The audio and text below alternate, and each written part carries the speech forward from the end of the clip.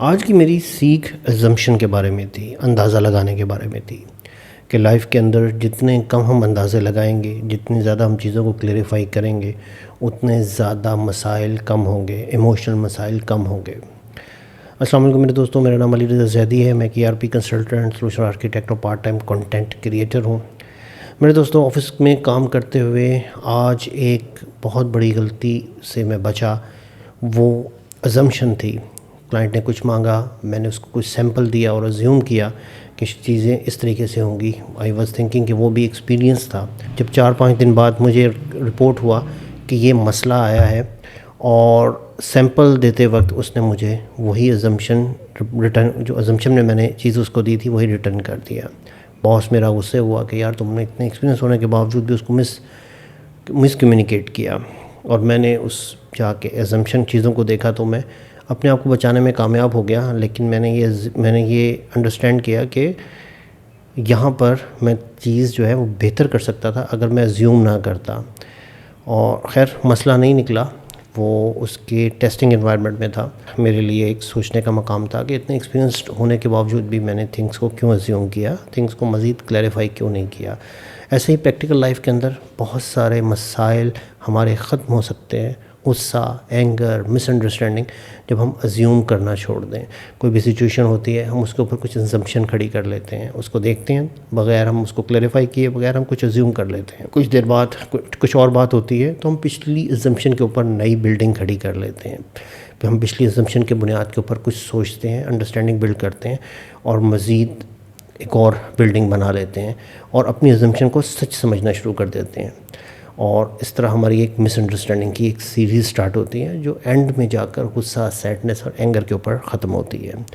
For example, اگر میں نے ایک دوست کو واٹس ایپ میسیج کیا، وہ میرا قریبی تھا اور اس نے میرا میسیج دیکھا اور مجھے جواب نہیں دیا، تو میں یہ ازیوم کرنا شروع کر دوں گا کہ شاید اس نے مجھے اگنور کیا یا میری کوئی بات اسے بری لگ گئی۔ جبکہ کچھ دیر بعد اس کے مزید ڈیٹیل میں میسیج آنا شروع ہوئے، کمیونیکیٹ کرنا شروع کیا، تو مجھے اندازہ ہوا کہ شاید میں غلط ازیوم کر رہا تھا۔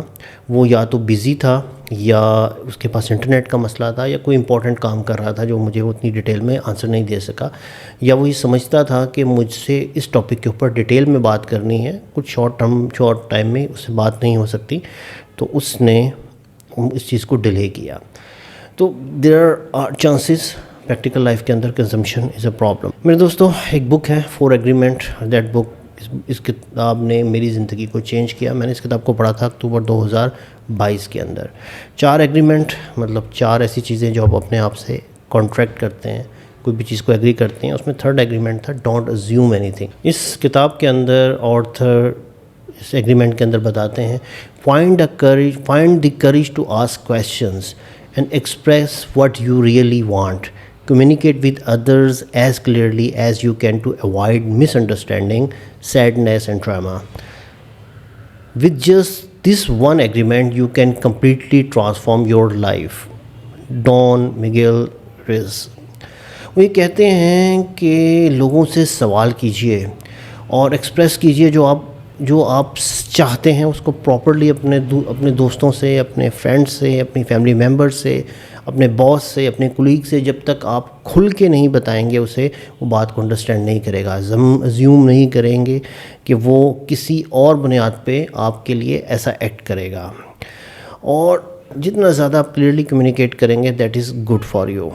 4 پوائنٹس ہیں جو میں نے انڈرسٹینڈ کیے کہ how you remove assumption. Number 1، active listening.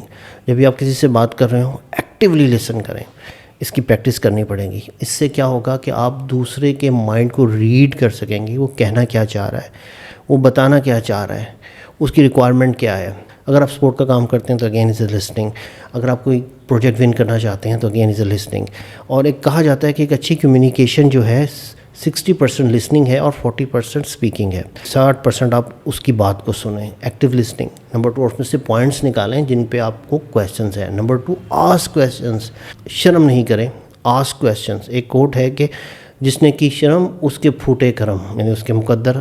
سوال کرتے ہوئے آپ کو شرم آ رہی ہے کہ وہ کیا کہے گا، آپ اس کی بات آپ کو سمجھ نہیں آئی، وہ یہ ایزیوم کرے گا. بعض اوقات بیڈ باسز کے ساتھ ہمارا پالا پڑتا ہے، وہ آپ سے یا بڑوں سے بات پڑتا ہے یا موڈ آف ہوتا ہے، تو وہ لوگ کلائنٹ اکثر کہتے ہیں یار تمہیں میری بات سمجھ میں نہیں آئی. باس کہتا ہے یار تمہیں میری بات سمجھ میں نہیں آئی.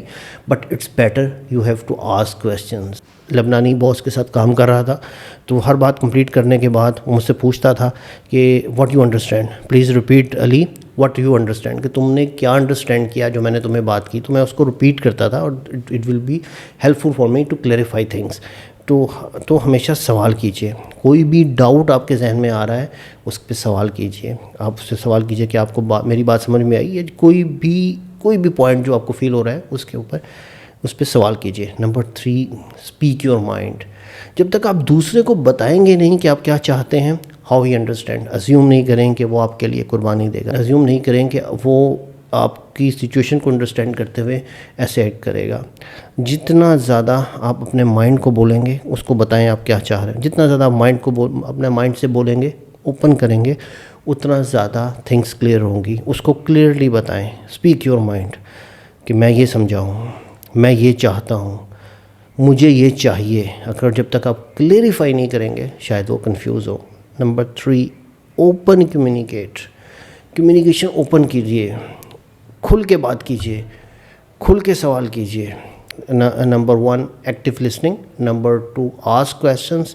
Number 3، speak your mind. Clarification assumption کو ختم کرے گی. اور اگر آپ کی زندگی سے ازمپشن ختم ہوتی ہے تو مس انڈرسٹینڈنگ ختم ہوتی ہے، لائف کمپلیٹلی ٹرانسفارم ہوتی ہے. ملتے ہیں اگلی ویڈیو کے اندر.